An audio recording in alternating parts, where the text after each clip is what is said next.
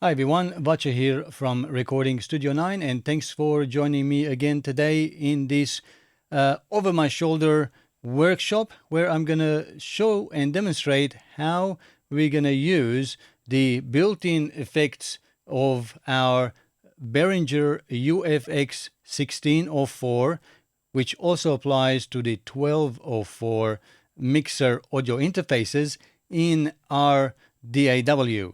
And in this case, since Cakewalk is a free DAW, I thought I'll demonstrate in that one.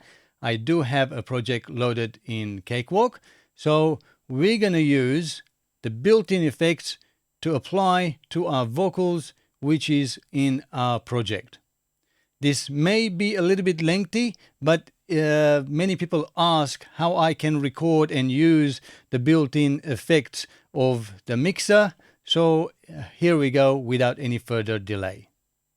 Now, if you want to learn how this mixer works, I've got 7 or 8 video series on the topic. I will leave the playlist link in the description, and then you can below, and then you can watch that and understand how it all works, because I'm not going to go in too much detail of how it all works. Just basically to understand that the output 1 and 2 from our DAW is our 13, 14, and then we have an alternative output, which is 3 and 4, appears at 15 and 16, and those are achieved by pressing the FW1 and 2 and FW3 and 4 buttons respectively. Okay, and then let's turn the volume up, and let's turn our main volume up, and my speakers are connected to the control room output, and that's how we're gonna listen to it, or the headphones, whichever way you want to use.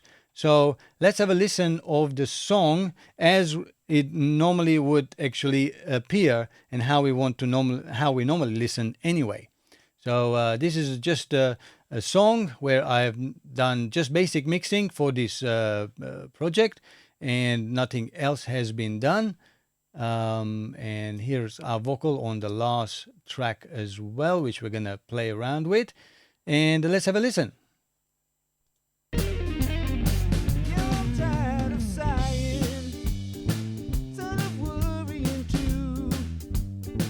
Okay, so as we can see, if I solo it, it's a very dry vocal. There's no effects on it. But what I want to do is use the built-in effects for just the vocals. Okay. So first thing first, what we need to do is set up our DAW so that we can separate the vocal being outputted. Instead of going to our main, as you can see right there, as to the master, that's where everything normally goes, onto the master bus, and from the master bus onto our channel 13 and 14. What we want to do is separate the vocal so that it actually goes to output 3 and 4, which is on our faders 15 and 16. And to do that, I'm just going to create a new stereo bus. And on the stereo bus, let's call it Vox bus. Okay, so at the Vox bus, normally it would still and let's select Vox bus for our vocals. So all we did here is, instead of our vocals going straight to the master, it's actually go to this bus here, and the output of this bus will go to the main master bus. And normally that's how I work as well. You can group things together. So the drums go to a drum bus, all the guitars go into the guitar bus, the bass will go to bass bus, and so on. So vocals will go to vocal bus. So if you have a project with multiple vocals, with background vocals and so on, you normally create a vocal bus. So this is still no different as to listening to it. So let's have a quick listen. So as you can hear, our vocal is actually going to the vocal bus, and the vocal bus to the master, and we can hear it as is. But the next thing I want to do is I want to send the vocal bus, instead of going to the master, I want to actually send it straight into the stereo channel 3 and 4 of the mixer. So we are separating the outputs. Okay, so let's have a listen now.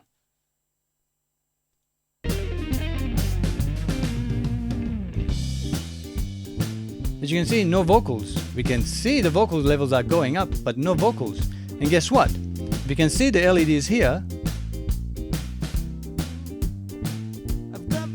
So now I have my music and my vocal right here. Right? So that's step one. So we now actually separated the vocals into two separate faders on our mixer. And guess what? Let's have a quick listen and see what we actually can achieve. Now, let's apply some effects.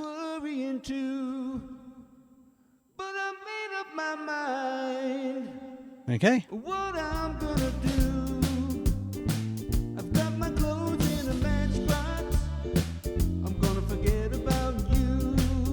Okay, so I hope you got this all making sense and you can understand what I just did. If not, go back and watch it again, because it's important to understand this bit before you follow on to the next bit.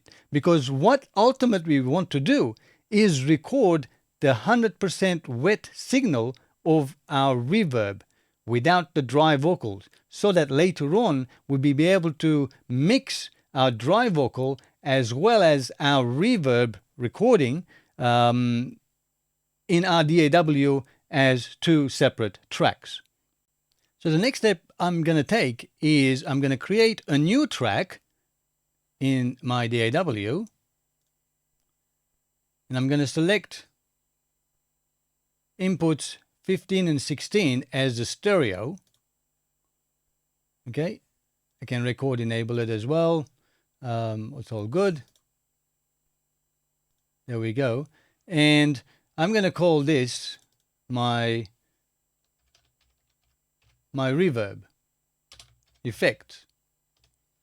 Okay, and 15 and 16, if you're not sure, I'll go back to it again. When we press this button here, assign our master fader for 15 and 16, that means instead of channels 15 and 16 that go to our DAW being this fader, now it's the master fader. Okay, so reverb effects will record our master main mix. The reason is that because our effects modules output can only go to our main mix. Well, there is an exception by pressing this button here, but the easiest way is to enable making sure that assign to FW 15 and 16 is pressed down. And another one is this button next to it, pre and post. What we want to do is make sure that it's not post, it's pre. That way, doesn't matter what level we have this fader, even turned off, our signal is pre-fader. That means it will still go to our DAW. So the output of our effects coming to our main mix will go back directly into our newly created track called the reverb effects. I hope that makes sense. Because what we want to do is record the main output, the main mix, in our DAW, but only as reverb, not even the dry vocal. Okay, so the next step, what we want to do, now we don't want to listen 13 and 14 going into our main mix, because that defies the whole purpose. So the alternative is, this is what really great about this mixer, is audio routing is really, really fantastic. Now we can press the mute button. What that does is now this channel, instead of going to our main mix, it's going to the alternate output 3 and 4. Now we're not going to use physical output 3 and 4, the alternate 3 and 4 of the mixer, but we're going to listen to it internally routed on our control panel. So normally you would listen to the main mix. So we're going to remove that main mix and we're going to press alternate 3 and 4. So now what happened is that our main output from our DAW, which we normally listen on this 1 and 2, or fader 13 and 14, is now going, it's muted from the main, but it's going to alternate 3 and 4. And we selected alternate 3 and 4 as our control room output, so we can have a listen. So let me show you what I mean. Let's let's play it. We can't hear anything, right? But the signal is there. I'm just going to turn the alternate. This is the alternate master level. Okay, so as you can see, I'm just going to leave it into the middle because that does not affect anything. It's just our listening level.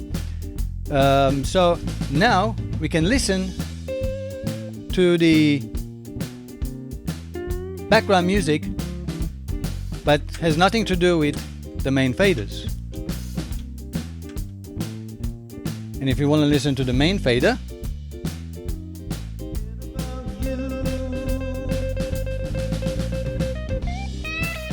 okay, now we are listening to the main mix as well as the alternate.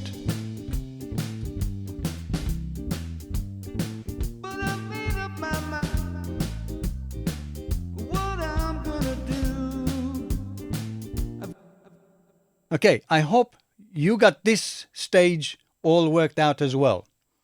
So we are going to listen to our main mix under the alternate 3 and 4 outputs so that we can record our reverb output or effects output on our main bus in our DAW.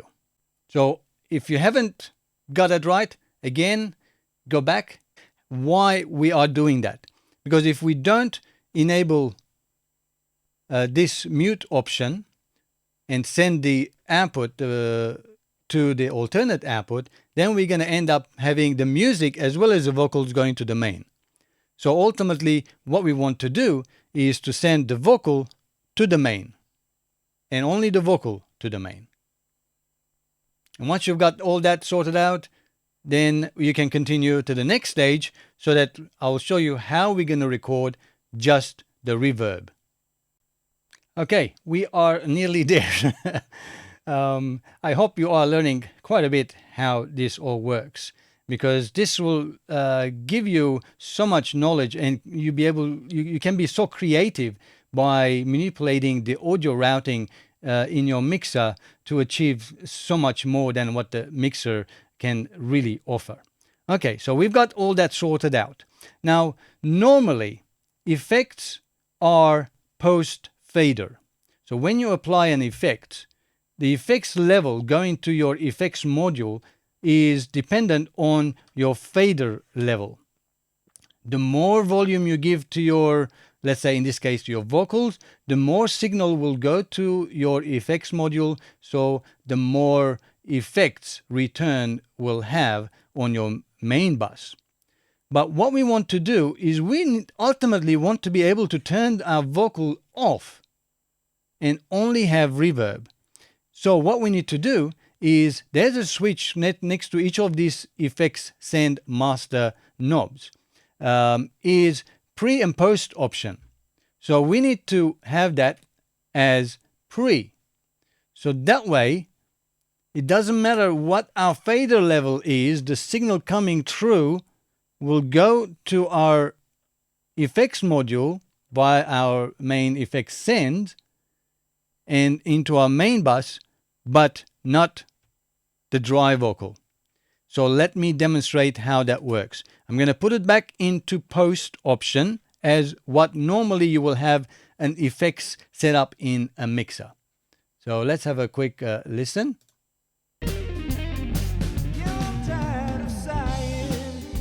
Okay. So that's our effects. So as you can hear, the level of the effects, the reverb, dependent on the fader. But let me put that into pre mode.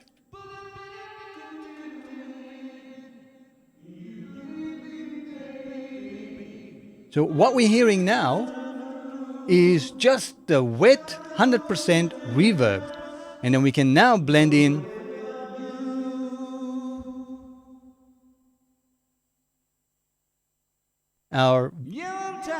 the dry vocal.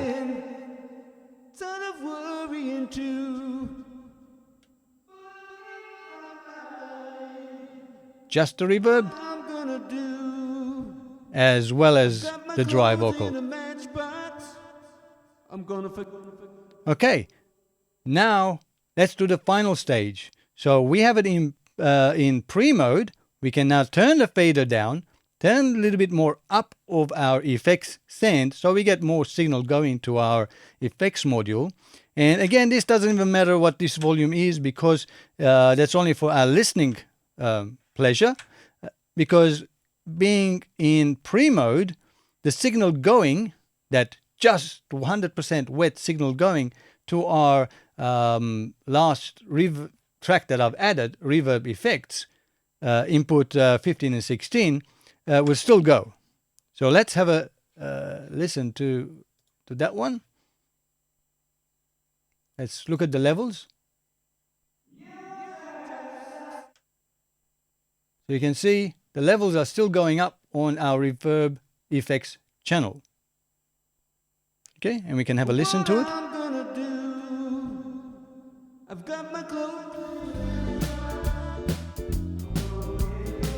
So what we're hearing there is our background music and reverb.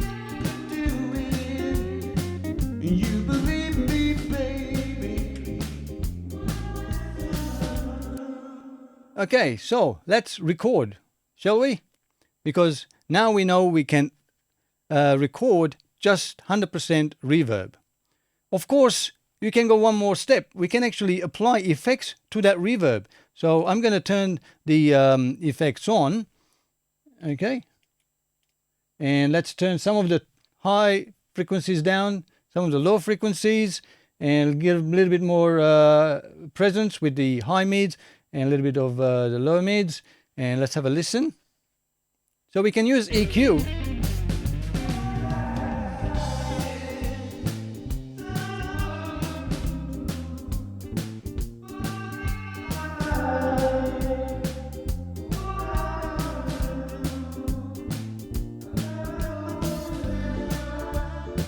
Okay, so you can even use an EQ, an analog EQ, to EQ your signal that's going into our effects module, hence affects the output as well.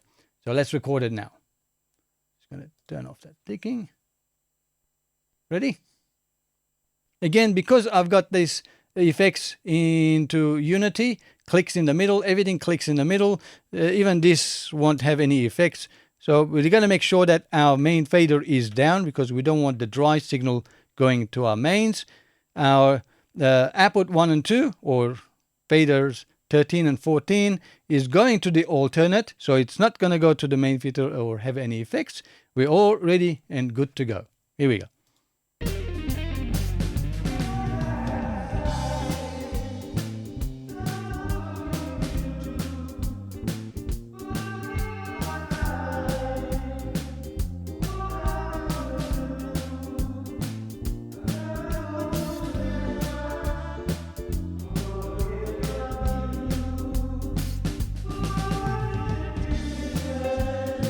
Okay, so I'm going to leave it at that. So now we have recorded our wet 100% effects in our DAW.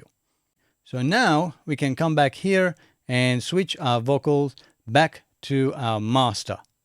So we're no longer using this. So we don't even need that. So let's have a listen. Now we have these reverb effects that we can listen to and add and mix to our vocal. So that's our reverb.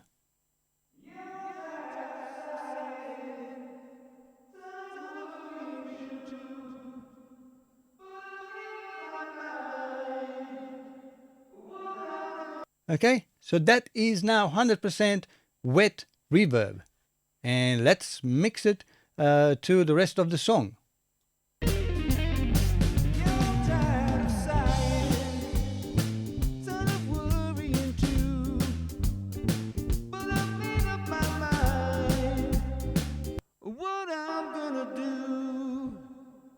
I've got my clothes in a matchbox. I'm gonna forget about you. Well, I've tried to tempt you many times. Well, there we go. I hope I was able to demonstrate how you can actually use the built-in effects as an outboard effects unit in a DAW and rerouting all of your audio and record the final wet effect in your DAW. From now on, doesn't matter even if you switch to another project, you have that if reverb effects or whatever other effects that you've selected for that vocal or for that other instrument, guitar effects and chorus and delays and whatever you've got to use, record it in your DAW so that anytime you reopen your project, your effects is there and you don't have to reset everything back again. I hope this was helpful. If it was, please do give me the thumbs up. And if you have any comments of anything that I have missed, please do comment below and I'll try to answer as much as I can. Till next time, as always, thanks for watching and have a great time making music. Cheerio, guys.